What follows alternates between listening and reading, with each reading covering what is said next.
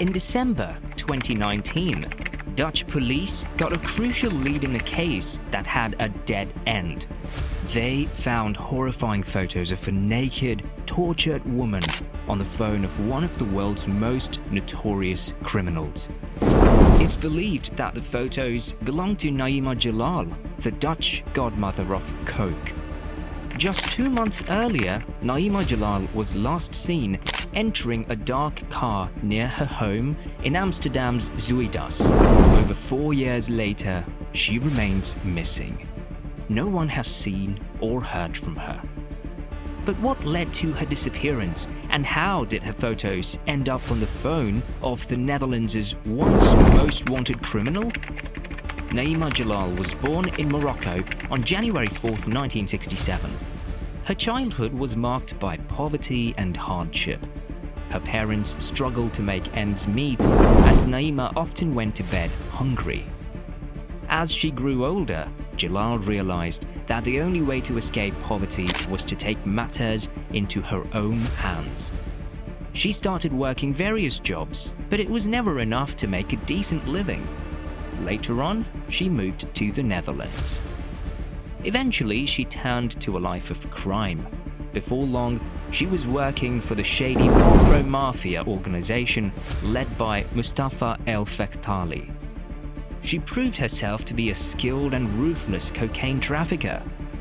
Despite being a woman in a male-dominated industry, Jillal quickly gained the respect of her peers. Her strategic mind made her a valuable asset to the Morocco mafia. By the time she was 47, Jillal was implicated in several major drug trafficking conspiracies. She became well known for her massively scaled network of drug trafficking. Tons of cocaine was shipped through ports in the Netherlands and Belgium in containers filled with fruit. She achieved this because she had all the right contacts, from the drug dealers on the streets to the drug bosses paying for the shipments, and the drug lords in Costa Rica and Ecuador supplying the goods. She knew everyone. Since she was much older than many of the contacts she worked with, she was named Auntie. Around this time, Jillal appeared in several investigations of international drug trafficking. Fearing for her life, she decided to move to the Spanish city of Marbella, considered an international hub for the biggest criminals in Europe. Here, she was operating out of the beach resort where she lived in a luxury apartment. It's in this city she would be nicknamed the Godmother of Coke. She enjoyed the riches that came with her job.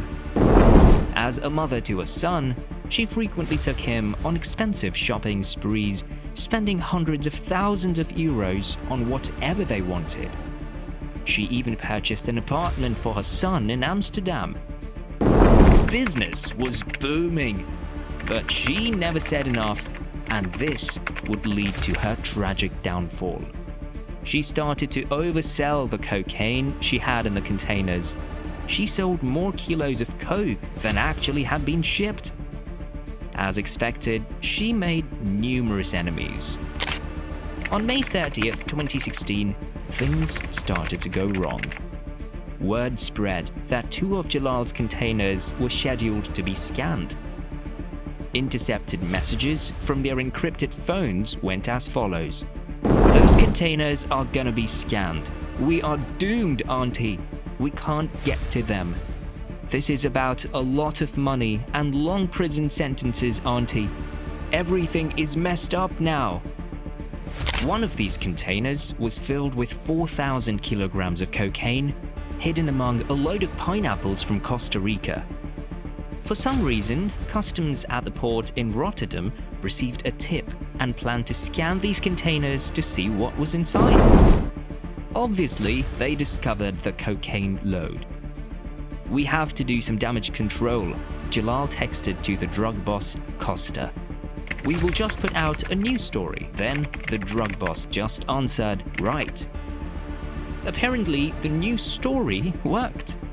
Jillal continued bringing in shipments. However, things were not going well. She was aware the police were closely monitoring her. She knew she had to be careful, but didn't care. Her wealth and reputation blinded her eye. She felt like she was untouchable.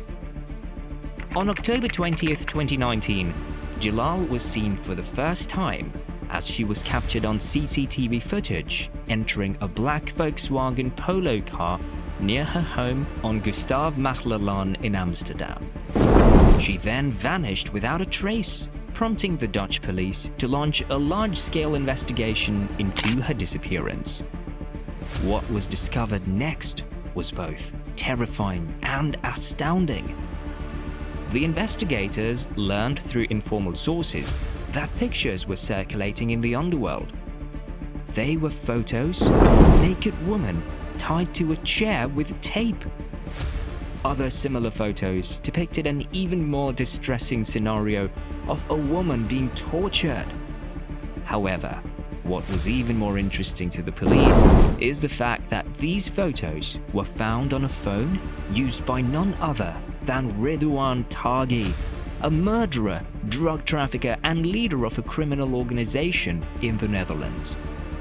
Analysis of the photo metadata revealed that they were taken on the night of October 20th to 21st, shortly after midnight. That means she only lived a few more hours after being picked up, and those hours must have been really hard. But even until now, Taghi continues to deny any involvement in the case. Another person of interest in Naima Jillal's disappearance is the Dutch criminal Jos L., also known as Bollijos, a relatively young criminal, quickly rose through the ranks and is arguably one of the biggest Dutch criminals currently. He is internationally wanted and remains on the run.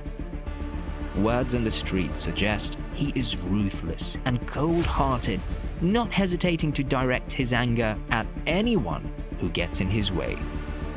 Upon further investigation, police discovered that Jos L. had conducted business dealings with Costa. Similarly, Costa had business transactions with Jillal. All evidence suggests that Jos L. heavily invested in a large shipment that was intercepted by the police at the port of Antwerp. So, when Jos inquired about the mishap, Costa implicated Jillal as responsible for the compromised shipment. Jos L. demanded that Jillal come and explain the situation in person. That is exactly what she believed she was doing when she stepped into that black car. Yet, unfortunately, Jos might have had other plans for her.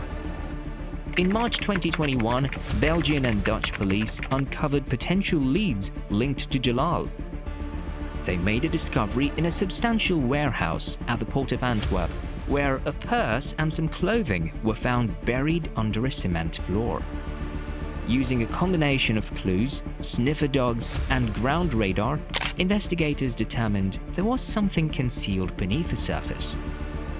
Due to the floor's recent construction, the police were compelled to dig through the cement to retrieve the items. They found the purse and some women's clothing. They had also hoped to find Naima Jillal herself, but unfortunately, their efforts were entirely fruitless. To date, Jillal's name is among the most wanted criminals on the Europol list. But there is still no sign of her. Her family members have been unable to contact her, and no further information about her whereabouts has surfaced. Several people have been arrested in connection with her disappearance, but they haven't led to any breakthroughs. The Dutch police have even offered a reward of 10,000 euros for information leading to Jillal's discovery, but so far, no luck. It appears unlikely that she will ever be found or heard from again. Jos L. is still on the run, and Taghi's lawyer has asserted that Taghi was not involved in the case. It remains unclear why he had those photos on his phone. Jillal's fate appears to remain a mystery that may never be solved. If you liked this video and you want to see more from us, please don't forget to subscribe. See you in the next one.